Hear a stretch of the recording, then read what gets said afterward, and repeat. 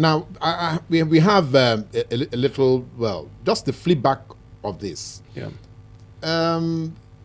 People who come down with obesity or with diabetes, and we are asking them to take a lot of fruits with high sugar. No, you're not living. We've been talking about regular. I said moments ago. I just said regular, lifestyle. There are some fruits that diabetics should not take. All right. So if it's a diabetic I'm talking to, they will say those things. All right.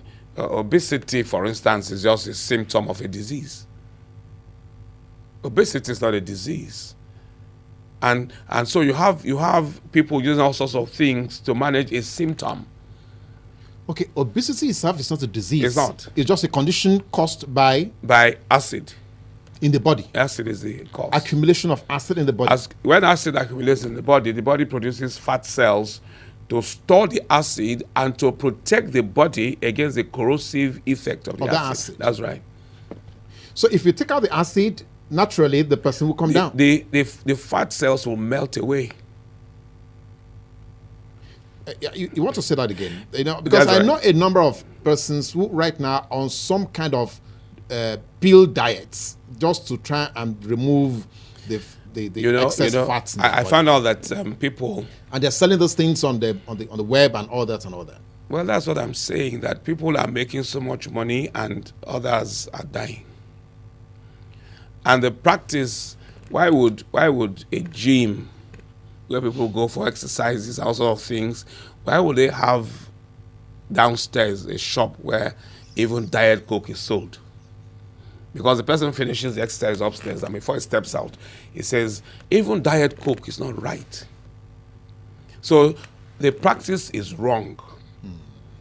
The problem of obesity is the acid in the body, and such people are producing acids at very high levels, and also the body therefore is generating a lot of fat cells to mop up the acid so that it does not destroy the tissues of the body. That's right.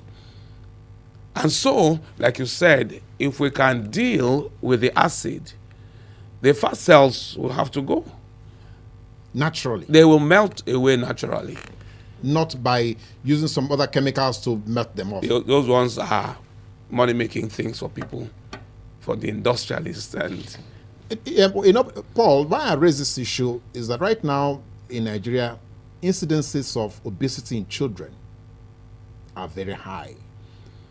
Probably again because of lifestyle. Yeah. Probably because parents are now more absent at home than. Yeah.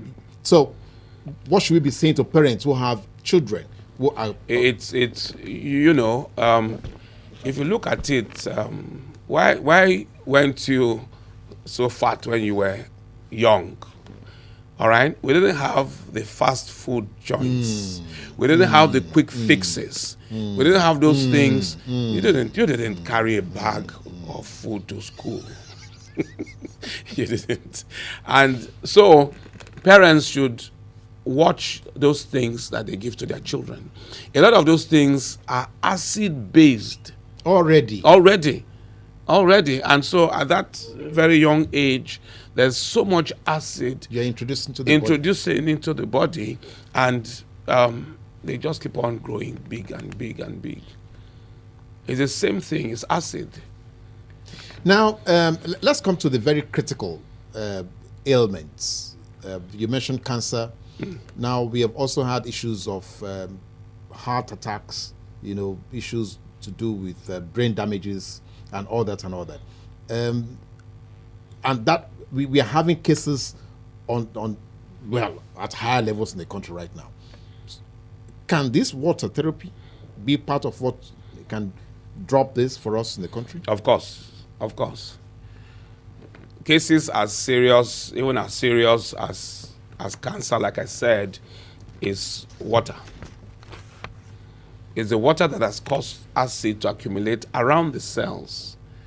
And where that becomes very severe in a particular region, maybe say the breast, all right, what you call regional dehydration, then you have cancer growing there. You see, because I see. the environment for cancer cells to grow has to be one that is acidic, has to be one that is anaerobic. You see, because cancer cells don't need oxygen to produce their energy. They produce their energy by fermentation. All right? So an environment that's been deprived of oxygen is a good environment for development of cancer. And so we must drink water. We must drink water, and what if the moment you add something to that water, it's no longer water. So that cup of tea is not taken as water. You see, because other products have other things in them that maybe could cause diuresis, could cause increase in passing out urine. All right, and that again is part of it the now problem. negates it negates the original intention of replenishing. That's right. It the fluid. defeats that plan of consuming water. So there is absolutely no substitute for water. Okay, well, let's see what our viewers are saying. Olushola Kike says, I want to know if I can get doctor's contact. She wants to see if she can get your contact. Maybe she has an issue she wants to discuss with you. Maybe you can give us a website or number of phone or something. Then please, doctor, if I drink water, I will be urinating often. What can I do about it? That's Matthew from VI. Then please, sir, is there any time that water is not needed in the body? Is there any time that water is not needed in the body? That's Teju from Maryland. Then Eniola from Kedu says, please, what herbs can I use for skin infection like pimples? All right. Water should be taken every day. So there's no time that we can say we shouldn't take water. Yes, indeed. If you are not used to drinking a lot of water, the moment you start, you urinate often. But as you continue and the body runs into an equilibrium, reduce, and then you can manage it. If I know that it will take me about 2 hours or more to come from where I live to NTA for a program like this, and it's been cold, then I will probably reduce the amount of water, the first 2-3 hours of the day that I would have consumed. So it will enable you to travel? Yeah, I can travel, and when I get to NTA, I quickly empty my bladder, which I have done this morning. Yes, which you have done. Which I have done this morning. Well, if you want me, I can give my contact. Yes, maybe give us a website or email where they can reach you so that it's possible to, can you say to our viewers? My website is www.nutritionhealthmanagers.com. nutritionhealthmanagers.com. My email is paulnanna, Nanna, one word, .pn @gmail.com. .pn @gmail.com. Okay, all right. So I hope Olushola Kike and Co can get across to you. Then Levina says, how many times should I drink water in a day or in every hour? Then Oba, good morning, sir. What is the danger in peeing every hour at bedtimes? I mean, waking up to pee hourly at night. What are the dangers? Yep. We've dealt with that. We've spoken about that. And to avoid that, we increase water consumption as we wake up. During the day. Get to a peak at about 2 p.m. And from 2 p.m. we begin to reduce it. We begin to reduce it so that before we go to bed, we're going to have dinner at 6, 7, maybe even later. Lagos with our traffic and all traffic that. And everything. People have dinner at 10 p.m. That's right. All right. So effort must be made to taper it down towards bedtime. Now, quickly, we cannot discountenance the fact that part of lifestyle issues that we have to deal with would be alcohol consumption. Many of us still imbibe. And so what happens? Well, alcohol comes with its own problems, and you remember that these are things that we indulged in years ago, and I don't know whether you still do. But I thank God that I don't do that. You better anymore. don't ask that now. Yes, alcohol is a diuretic, like Yes. and so it causes a lot of water loss loss of water from the body and causes the cells to become dehydrated. A cell is So supposed quickly. to a cell is supposed to balloon out, even as a balloon, but when alcohol It's is introduced, the cells become flaccid. They lose that ballooning effect, and they begin to shrink, and that is very bad and contrary to metabolism. All right, so we must avoid the diuretics, and alcohol is number one.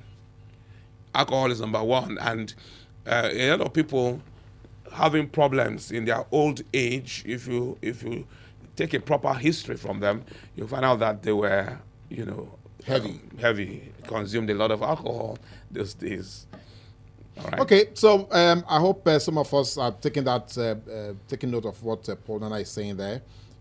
But somebody asked of a herb. Yes. For skin infection, like pimples. Yes. I wouldn't say there's any specific herb, but first thing I do for such cases, they must also drink water. All right. A lot of water. And then some supplements, that will block some certain passages and certain things happening in the body. So they must begin to drink water.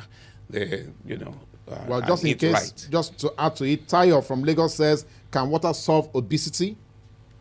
Of course, that's what we have said that.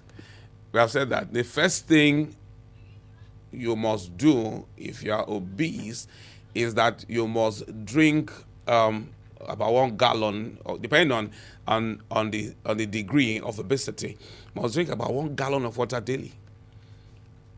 You said that before. Yes. We call it losing weight without trying.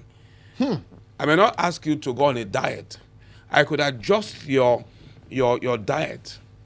All right. I could increase the alkalinity of the system. All right. But I'm not focusing on the weight. I'm changing that lifestyle. That has resulted in that weight. Yes, gain. weight loss becomes, if you like, a side effect or a gain, an additional gain to that change. Yes, indeed. Paul Nanna, thank you very much. Well, the years gone by were not wasted after all. No, they were not. Such brilliance, talking about this. Just ordinary water. What we can do with our lives. That's right. Well, I would like to see if I can get up to Methuselah's age. All right. We'd like to thank our viewers for staying faithful with us on this show again. It's been a pleasure, bringing this program to you.